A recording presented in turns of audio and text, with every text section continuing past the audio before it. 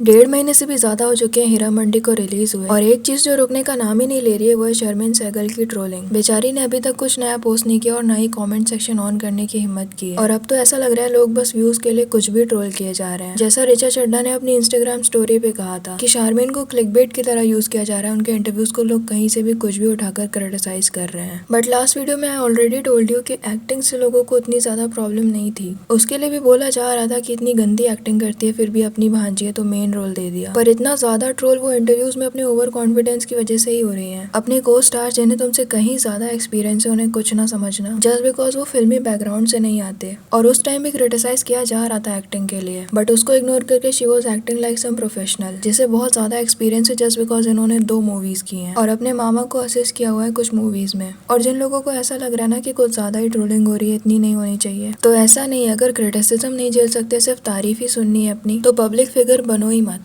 जो लोग कुछ ज्यादा ही उल्टा सीधा बोल रहे हैं आउट ऑफ द बॉक्स जाके, I am not supporting them, पर जो लोग सीरीज और इंटरव्यूज देखकर क्रिटिसाइज कर रहे हैं वो कुछ गलत नहीं कर रहे। और ऐसे ही क्रिटिसाइज करके बॉलीवुड को बहुत चेंज किया है लोगों ने। पहले टाइगर श्रॉफ, अर्जुन कपूर, वरुण धवन को फ्लॉप होने के बाद भी कितनी मूवीज मिलती रहती थी, और कार्तिक आर्यन जैसे एक्टर्स को पता नहीं क्या क्या झेलना पड़ा जस्ट बिकॉज वो आउटसाइडर है। तो ये सब ऑडियंस नहीं तो सुधारा है क्रिटिसाइज करके। अजय, अनन्या पांडे, जानवी कपूर, सारा अली खान, इन सब की मूवीज ज्यादातर आउटसाइडर्स के साथ ही तो आती हैं, क्योंकि इनको अच्छे से पता है नेपो किड्स कितने कम है जिन्हें ऑडियंस पसंद करती है। इसलिए जो लोग शारमिन को बोल रहे हैं वो भी शायद फ्यूचर में किसी आउटसाइडर के लिए रास्ता बना रहे हैं, क्योंकि संजय लीला भंसाली जिनकी मूवीज से पता चलता है कि उन्हें हर चीज में कितनी परफेक्शन चाहिए होती है, तो ऐसा तो नहीं हो सकता कि उन्हें अपनी भांजी के हालात समझ में ना आ रहे हो कि ये एक्टिंग नहीं कर पाएगी। और शौक के लिए छोटे मोटे रोल दे देते तो समझ में भी आता, बट मेन रोल ही दे दिया। और शौक के लिए इसलिए बोला क्योंकि शर्मिन बहुत रिच बैकग्राउंड से आती हैं और इसने कहीं तो बाहर से एक्टिंग सीखी है, पर फिर भी ये हाल है। साफ साफ पता चल रहा है कि एज एन एक्टर वो अपने काम के लिए सीरियस बिल्कुल नहीं है। उसे बस ये चीजें एंजॉय करने का शौक था कि इंटरव्यूज लिए जाए, अटेंशन मिले, किसी बहुत ही एक्सपीरियंस्ड एक्टर की तरह बात करो, बस यही चीजें चाहिए थी। बट ऐसे बहुत सारे एक्टर्स हैं जो छोटे छोटे रोल के लिए कितना स्ट्रगल कर रहे हैं, तो एक तरह से इन्होंने उनका काम ही तो खाया है अपने शौक के लिए। इनकी जगह किसी डिजर्विंग एक्ट्रेस को इतना बड़ा रोल मिलता तो आज उसका करियर बन जाता। अभी जैसे इन तीनों ने शर्मिन का बिना नाम लिए बस उसकी तरह डायलॉग बोल दिया तो कुछ लोगों को बुरा लग गया कि women making women down, making fun of their own. किसी ने लिखा तुम लोग तो ऑस्कर जीतने जितनी एक्टिंग करते हो। किसी न्यू एक्टर को मॉक करना गलत है, और भी बहुत सारे हेट कमेंट्स थे इन पर। But people need to understand that कि जिसे वो न्यू एक्ट्रेस बोल रहे हैं वो किसी भी एज में न्यू एक्ट्रेस बन सकती है और इतने बड़े बैनर की मूवी में मेन लीड प्ले कर सकती है। पर ये तीनों बचपन से इस इंडस्ट्री में है, टीवी शोज, रियलिटी शोज, पता नहीं क्या क्या कर चुके हैं, पर इन्हें कभी इतना बड़ा रोल ऑफर नहीं हुआ। एंड नो डाउट इन्हें एक्टिंग का इतना एक्सपीरियंस तो हो ही गया होगा कि ये शारमिन की तरह ट्रोल नहीं होंगे, पर फिर भी इन्हें इतनी बड़ी अपॉर्चुनिटी नहीं मिलेगी। अब इस बात की फ्रस्ट्रेशन भी ना निकालें। और कुछ लोग ये भी कह रहे हैं कि इसीलिए ये लोग फिल्म में नहीं है, और ये भी एक सैड रियलिटी है कि इस सीरीज से जुड़ा हर कोई अपने इंटरव्यूज में शारमिन को डिफेंड करने की कोशिश कर रहा है कि उस रोल की डिमांड ही यही थी, कुछ ज्यादा ही ट्रोलिंग हो रही है। ऐसा लग रहा है इनकी मजबूरी है क्योंकि उसके खिलाफ कुछ बोल ही नहीं सकते।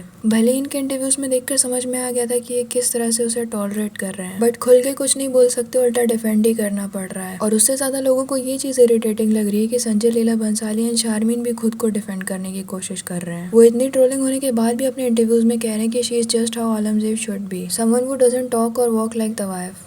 She has a face that is just what Alamzir should be. Somebody who doesn't want to be a Tawayaf, somebody who feels I'm not a Tawayaf, somebody who has no makings of a Tawayaf. मतलब audience का view point इनके लिए matter ही नहीं करता, हमारे हिसाब से ठीक है तो फिर ठीक है। और शारमिन इतना ट्रोल होने के बाद इनका एक पीआर इंटरव्यू आया था, पर उसके लिए भी इन्होंने ढंग की पीआर टीम नहीं रखी जो इन्हें गाइड कर सके कि ऑडियंस को कैसे इरिटेट ना करें। तो पहले तो इन्होंने सब कुछ ज्यादा ही अनएक्सपेक्टेड कर दिया। जिस आदिति को ये स्कूल गर्ल बोलकर काइंड ऑफ मॉक करने की कोशिश कर रही थी उसकी तारीफ कर दी, और तारीफ करते करते ये दीपिका प्रियंका तक पहुंच गई। मे भी समझाया गया होगा कि तुमने सबके बारे में उल्टा बोला है तो सबकी तारीफ कर दो, सब ठीक हो जाएगा। पर जो मेन चीज इसके लिए लोग इतना ज्यादा क्रिटिसाइज कर रहे थे उसके बारे में मुंह खोलते ही और ज्यादा डिसअपॉइंट कर दिया। तो इन्होंने भी यही कहा है, played Alamgir as I and Sanjay sir wanted it to be.